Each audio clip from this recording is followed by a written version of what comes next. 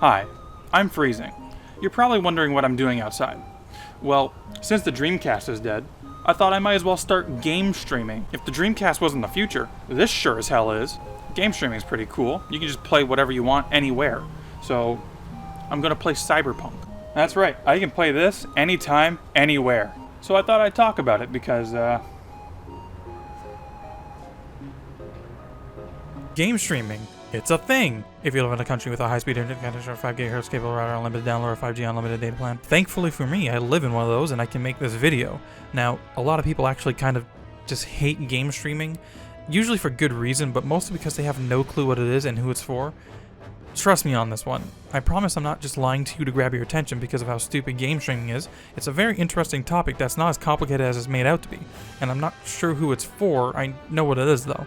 Still complicated, but not as complicated as you're thinking. So we have a list of options for streaming here, and I'm going to be going over all of them. Mostly. I'm not made of money.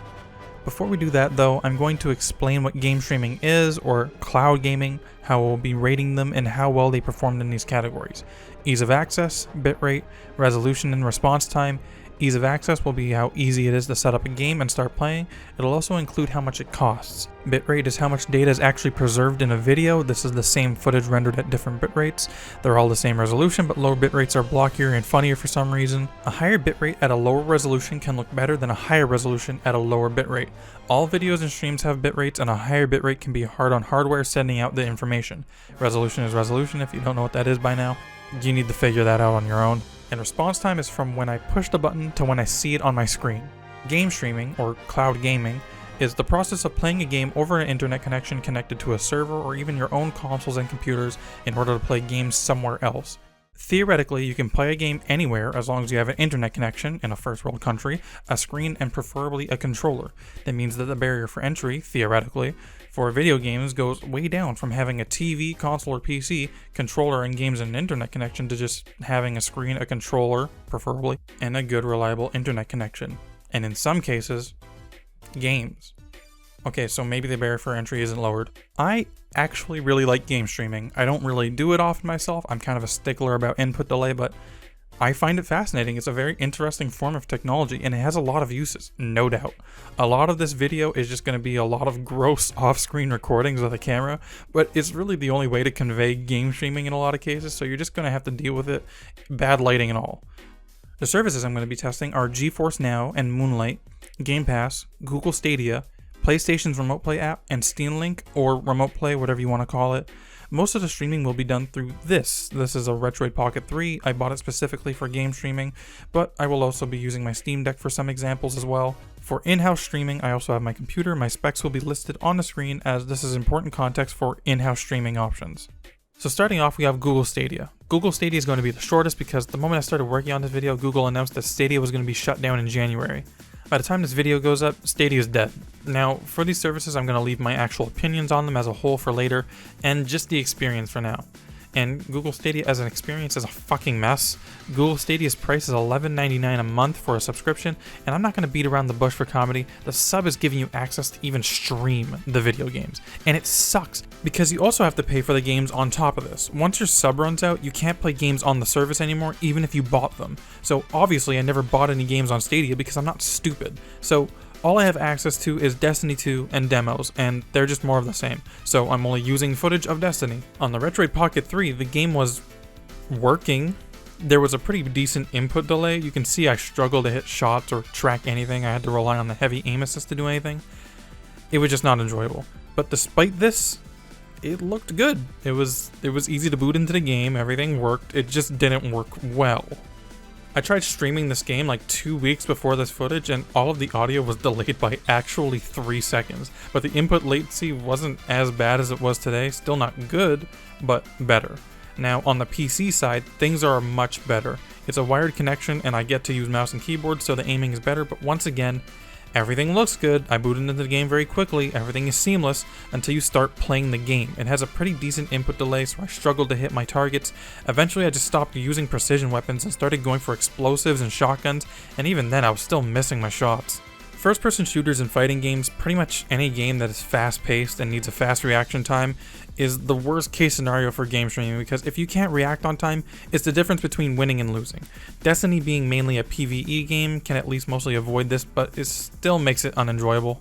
But when I tried Google Stadia 2 years ago, it was bad back then too, but it was also strangely better. Obviously I don't have footage of this, but the first time I played, it was way worse than what I was experiencing right now. I'm talking 3 seconds of delay. But I turned the game off and came back to it an hour later, and it felt surprisingly close to local gameplay. So Stadia can feel good. It's just inconsistent. But obviously I can't rate it on what I had, I have to rate it on what I got now.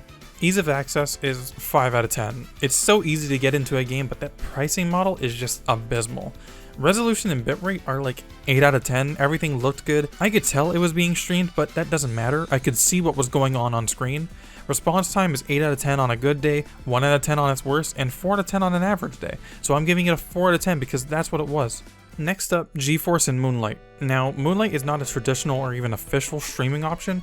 It's actually a fan-made client that makes GeForce, which is an NVIDIA graphics card exclusive program, and tricks it into thinking that a computer or phone you have this installed on is an NVIDIA Shield. If you don't know what an NVIDIA Shield is, don't worry, most people don't know what that is either. GeForce Now, on the other hand, is NVIDIA's game streaming service where you connect to their servers and play games you own on their PCs. Starting off with Moonlight, I'll be streaming to both my Retroid Pocket and my Steam Deck in the living room. This is because one streams over Wi-Fi, which is more prone to problems, and Ethernet is more reliable, which the Steam Deck can be connected to. On the Retroid Pocket 3, this is really good. Streaming Cyberpunk, which is definitely one of the harder games to run, this means it also makes it harder to stream. There was some input delay, but I could still hit targets with a bit of effort. I personally wouldn't play it like this, but it's definitely an option. Games that aren't as demanding, you know, older games, 2D pixel games, anything that's just easier to run, usually has a better input delay through Moonlight. You can also customize Moonlight settings. You can choose resolution, bitrate, frame rate. There's a lot of things you can make the experience work. And over on my Steam Deck, I don't know what the hell's going on. So months ago, I used to stream games to my Steam Deck that couldn't run that well to my living room, and it felt lagless. Maybe like 1 frame of delay. I don't even know that's how good it felt with 4K streaming. But I've tried for like a week to figure out what the problem is. I can't. I just don't know what it is. Booting up games through Moonlight that worked before hooked up to the TV just doesn't work. Either it'll boot and bug out or just not boot at all. If I connect it to the Steam Deck screen, it actually works just fine. Kinda. The decoder just isn't working, but since the resolution is smaller, it's having less trouble decoding it. Eventually I got it to work on some games, but the game I was going to use, Guilty Gear Strive, just wouldn't let me get past the menu. So instead I got Guilty Gear Xrd 2 running, and it was pretty good, but for some reason my Steam Deck wouldn't load an encoder, so there was more delay than usual, and I just couldn't figure out what was wrong. When it works really good, and I know I said for Google Stadia I can't rate what I had, I have to rate what I have, but I think it's also a bit unfair here because it seems almost entirely on my end.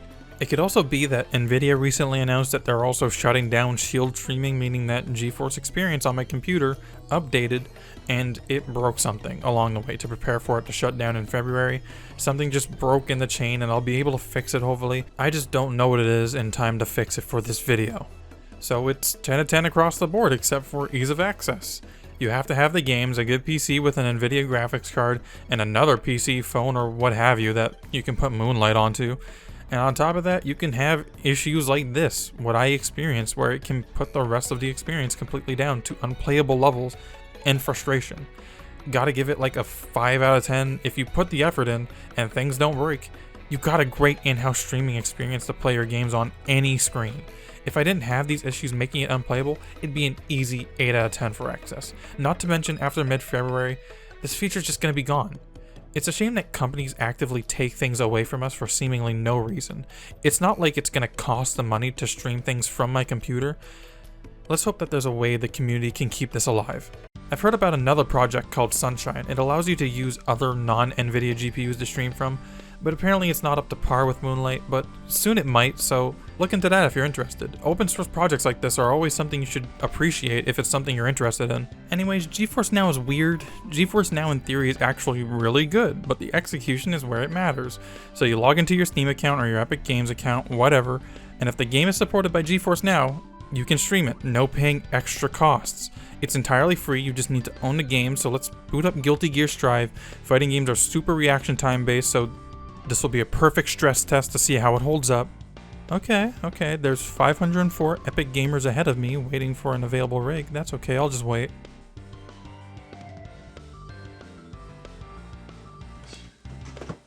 Gotta move all this shit out of the way.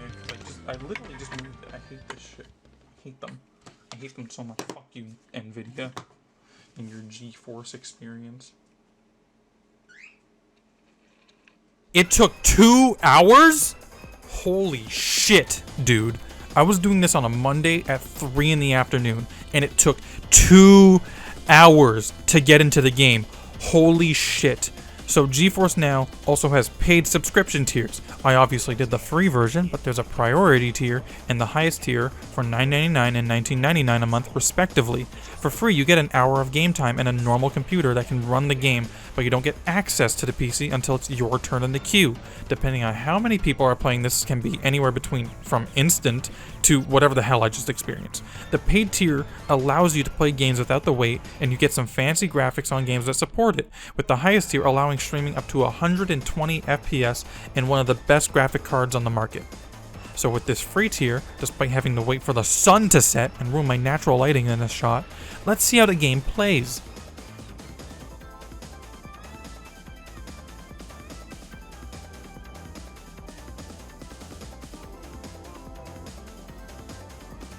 Holy shit, this is fantastic. If you told me this was running on this, like actually the game was on here, well, I wouldn't believe you because I'm not an idiot and know the physical limitations of hardware, but I'd be still really surprised because it feels like it is. I've used this in the past, and it was never as good as it was right now. GeForce Now has always been pretty good in my experience, but this I was totally not expecting. It felt pretty much lagless. I didn't feel a thing. I even labbed out a new combo while recording that allows me to carry across the stream to get a wall break, and I don't play with a controller. I play with a fight stick. So I really mean it when I say that this is a totally 100% playable experience. Now I wouldn't hop online with this, streaming a game is still very inconsistent, and hopping online would probably not do you any favors. But say you have a laptop, 2 controllers, and just want to play a fighting game with your friend, this is so doable. I'm genuinely so surprised by this. Now for the PC side of things, where my connection is wired, okay, thank God, it only let me in after 5 minutes. So it was fine. It was better than Stadia for sure, but the input delay was still really perceptible, and I also just couldn't drive the car for some reason. I could do everything but drive the car, which didn't make sense to me. Once again, it's playable, but it has a delay and I can feel it. It makes it hard for me to aim. I also struggled to even see this flying enemy here and couldn't hit it very well, so I'm going to have to rank these separately. On mobile, I gotta give resolution and bitrate a perfect score. Smaller screens are cheating, but that's what streaming is kinda made for. I could not see any problems, and the response time, at least at this time, was almost perfect, so I gotta give it a 9 out of 10. But on PC, resolution and bitrate get a 7 out of 10, passable, but it's a little blurry. YouTube is gonna compress it and make it hard for you to tell, but I could definitely tell, but it didn't look bad. Response time is a 6 out of 10, more playable than Stadia, but still, I wouldn't recommend this. And ease of access is shared between them. The answer is, it depends out of 10. It entirely depends on the day, but it seems at least on an average day, it's a 6 out of 10. Next up is Game Pass. Game Pass is Xbox's streaming subscription service. You sub to the service, you can stream any game on the service, but if the game is removed, you can't stream it.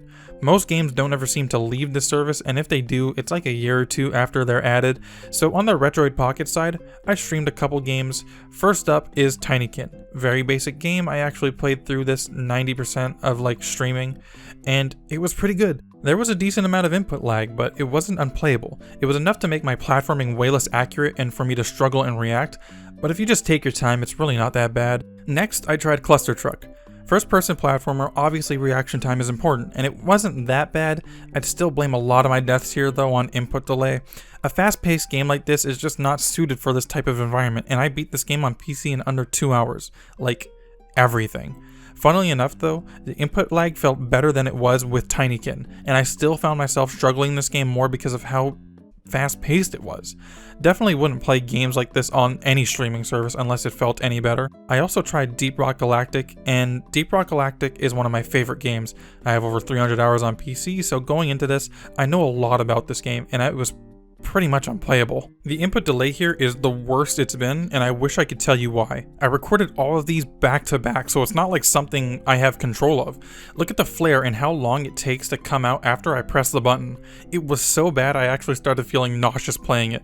I definitely don't recommend this. It seems the more complex a game is, the worse the input delay is, so I booted up Dragon Quest Builders 2, and just like I thought, this game feels pretty good. It doesn't have that much delay. Obviously a more complex game with it being a sandbox block game, but since it's graphically pretty bland and artistically closer to Cluster Truck and Tinykin, it seems to have better input delay. Hell, even better than Cluster Truck. I thought it was pretty good. Now that's all well and good, so let's try it on my PC, and this sucks. I tried Insurgency Sandstorm, like the worst game to play on a controller and over streaming, and it was horrible. It made me feel sick, so I tried Cluster Truck again, and it still made me feel sick. Both of these, despite being connected to Ethernet, felt worse than when I was trying to play it on the Retroid Pocket. So finally, I started Octopath Traveler, a turn-based RPG, and it felt fine to play. Obviously, turn-based RPGs aren't really demanding on reaction times most of the time, so I genuinely kind of enjoyed playing this being streamed. Sadly though, the last two games had made me nauseous, so it was still pretty bad, so I had to turn it off. So overall, Game Pass is weird. For Tinykin, resolution was fine, but bitrate was kinda bad, and I could clearly see a lot of blocky artifacts. But for Cluster Truck, resolution was fine and bitrate was fine. I couldn't see any problems, but the input delay was too much for that type of game. Same for Insurgency, but the resolution and bitrate was nicer on PC for Cluster Truck, and the bitrate was horrible for Octopath. And every single one of those games had extremely inconsistent input delay. So I don't know how to rate this, but I give ease of access an 8 out of 10. It's $12 a month, and you get access to hundreds of games readily accessible at the click of a button. On PC, you need to have an Xbox controller, sadly, but at least on mobile, you can use any controller that'll connect to the phone. The rest, though, it's kind of up in the air. For Octopath Traveler, at least, I'd say across the board, it's like a 7 out of 10. Totally playable, but that's kind of it. Now don't get mad at me, but I'm not covering PlayStation Now. Just like the others, I tried this one in the past at a friend's house. This was like about 4 years ago, and the experience was abysmal. Genuinely like 1 out of 10 for everything. It's obviously no doubt improved since then, but I don't have money to throw at another subscription service that I'm not going to use for anything but this video, and that, if I'm being honest, I already know what I'm getting out of it. I'm not rating it, but I know that it's just like Game Pass, and that's enough for you to understand. I'll elaborate on this later, but it plays into my final point. Leave me alone.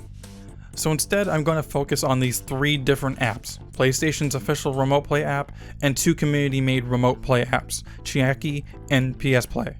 So for PlayStation's app, wow, this sucks. So you have to have a PS5 or a PS4 controller to use this app. For some reason, Sony just doesn't want you to do that, even though they very well could. But who am I kidding? Sony doesn't even let you use the PS4 controllers on PS5 games for no reason other than to get you to buy them. They don't have any additional features that make it so the PS4 controller can't be used, so whatever. Thankfully, with the Retroid Pocket, I can map controller buttons to the screen and I can play it this way. It's a compromised experience, but I gotta give you what I got. It still sucks. Yeah, I don't know, the input delay was not bad, it could have been better, but I'd say it's moderately playable. The touchscreen controls seem to get overwritten by other screen touches when I press 2 or 3 buttons at a time. Visuals are pretty decent, overall a very mixed experience, but that's on the PS5. The PS5's Remote Play is actually way better than the PS4's. I didn't record for it though because it's that bad. It's not worth going in depth on, just know it's not a way to ever play your PS4 games. You may think it's fine personally, but you are objectively getting a worse experience. There's like a minimum half second of delay no matter what you play. If you want to stream games from PlayStation, at least make it the PS5. You're getting a way better experience. So now I'm going to use Chiaki. Chiaki is, at least today, the best option. Chiaki lets you change settings like Moonlight. It's not as in-depth, but the fact that it has those options is great, though actually getting Chiaki up and running is a mess. You have to sign it into your account on some websites that spit out a key, you put it into the app, some of which don't even work, and honestly it's a safety hazard for your personal data. There's other ways to do it safely, but you kind of have to dig for them sometimes if the main options don't work. But once again, once you get this up and working, it's great. Little to no lag at times, sometimes there is. That's normal, totally playable. I can parry enemies in Demon Souls. I think that's enough proof that it's working. Once again, this is like a 9 out of 10 across the board, except for ease of access, which is like a 3 out of 10. The fact that you have to log into a website with your personal PlayStation account, some of which for some reason just don't work, which worked for me before but doesn't now, is just too concerning for the average person to do. Okay, I'm just gonna rip the band-aid off. Oh my god, what is wrong with PS Play? I've legit used this before, and it was good. I don't know what the hell is wrong with it. The input delay is unplayable, and despite this app being paid and having a good selection of settings, it's just not working right now. I've tried restarting the PS5, reconnecting, and obviously turning every setting down. All of these tests were back to back, so there's nothing different with my internet. I used Chiaki again after this, and it worked fine. Something just broke with the PS Play app, and I don't know why. Again, rating it how it is, and it not being on my end, this is unplayable. When it was working, it was on par with Chiaki right down to the ease of access thing. You have to do the same login to get a key thing, and it's not consistent. But right now, it's like a 1 out of 10. It's the worst experience I've had so far. So lastly, we have Steam Link and Steam Remote Play. I played Remote Play with my friend. He lives in America. I'm in Canada. We're pretty far apart, but from streaming from him to me, this game played surprisingly well. There was definitely input lag, but not enough for me to say it was detrimental to the experience.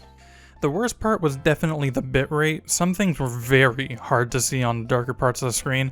I had to cover the top side of the screen because the bottom side was completely unintelligible in the heat of the moment. It was just way blockier down there, probably because it was darker.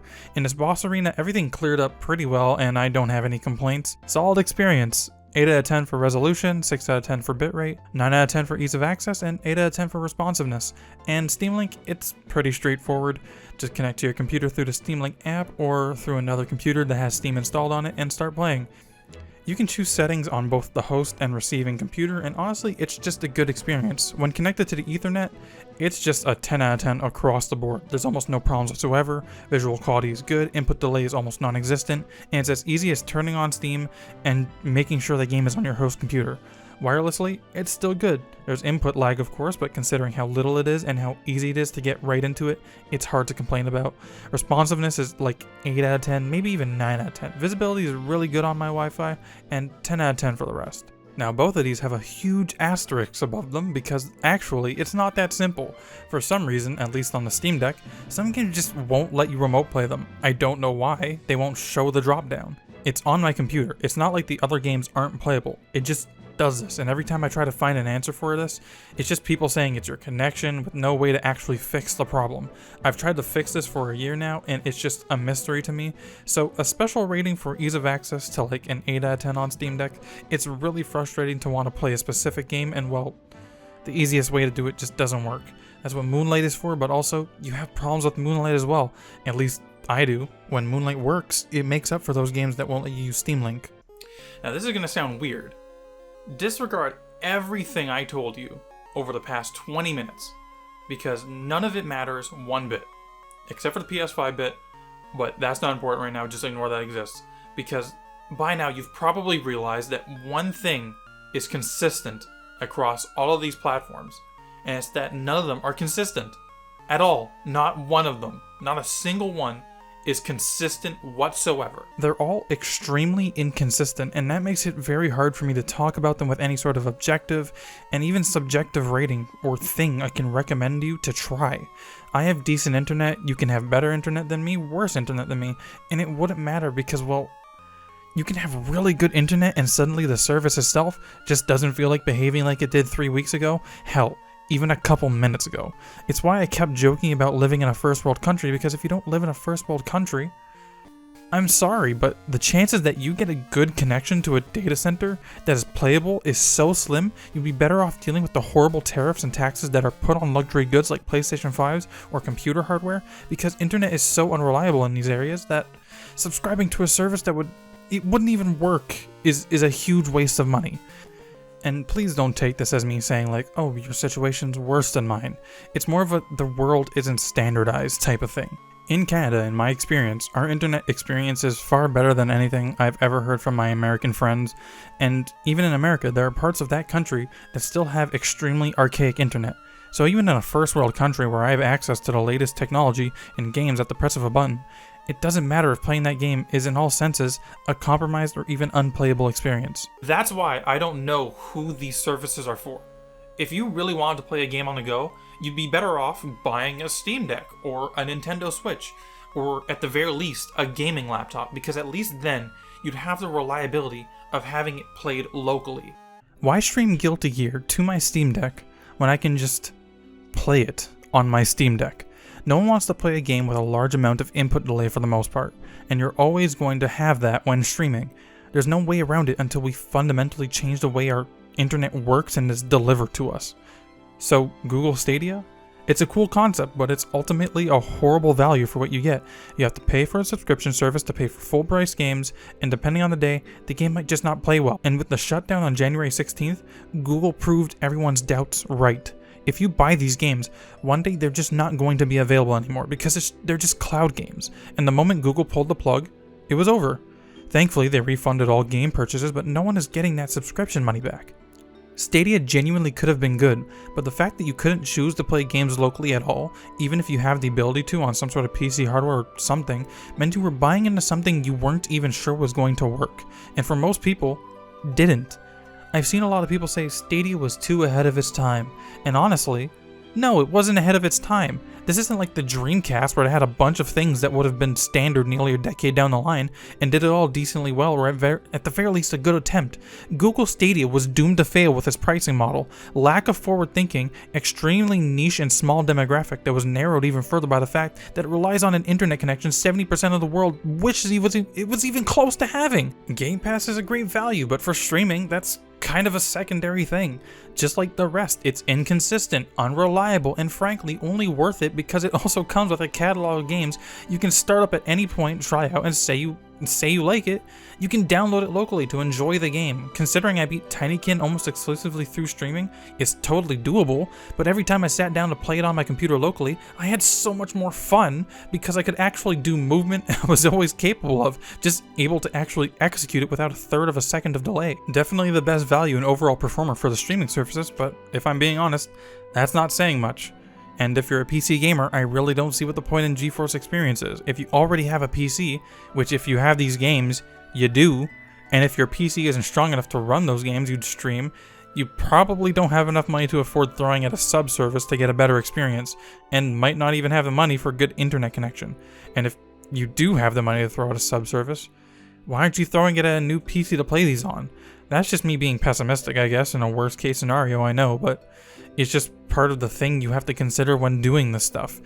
But say you do have the money and internet, it's still inconsistent and unreliable and has input delay, so why would you deal with this? The 120 FPS option when you're streaming requires an even better internet connection, and you'd have to have a 120Hz screen for it.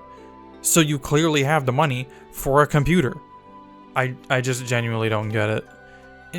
And that's why I didn't cover PlayStation Now in this video, because why am I going to go through all of this just to tell you the same thing again?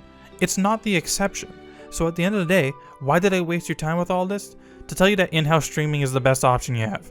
A lot of people who are critical of this stuff won't even try it because I don't want any input delay, which is understandable, but if you have an Ethernet and hopefully don't run into the problem I have out of nowhere, which you most likely shouldn't, and almost certainly I simply messed something up. I actually set this up several times without a problem. I just like tinkering, so I've added and removed things I probably shouldn't have, so don't let my mess ups push you away from trying Steam Link or Moonlight streaming in your house from a computer to your TV downstairs or something. Hey, wanna know something funny? After writing this whole script and producing most of this video, I decided to just uninstall Moonlight and reinstall it, and now it just works fine. I have no clue what caused that. There was nothing to troubleshoot in the GitHub page or anything. All that was for nothing. The program just, I guess, couldn't access the decoder anymore. I tried everything but this and it fixed it. So yeah, really shows how even the more consistent option can just decide to break at some point, but I still recommend trying it out. So that's cloud streaming. I really wish there was a better way to end this video except for try in-house streaming if you're interested in streaming. But, you know, we're just not there yet with the technology. I don't really know how to end this video. It's really cold out here. Just leave me alone.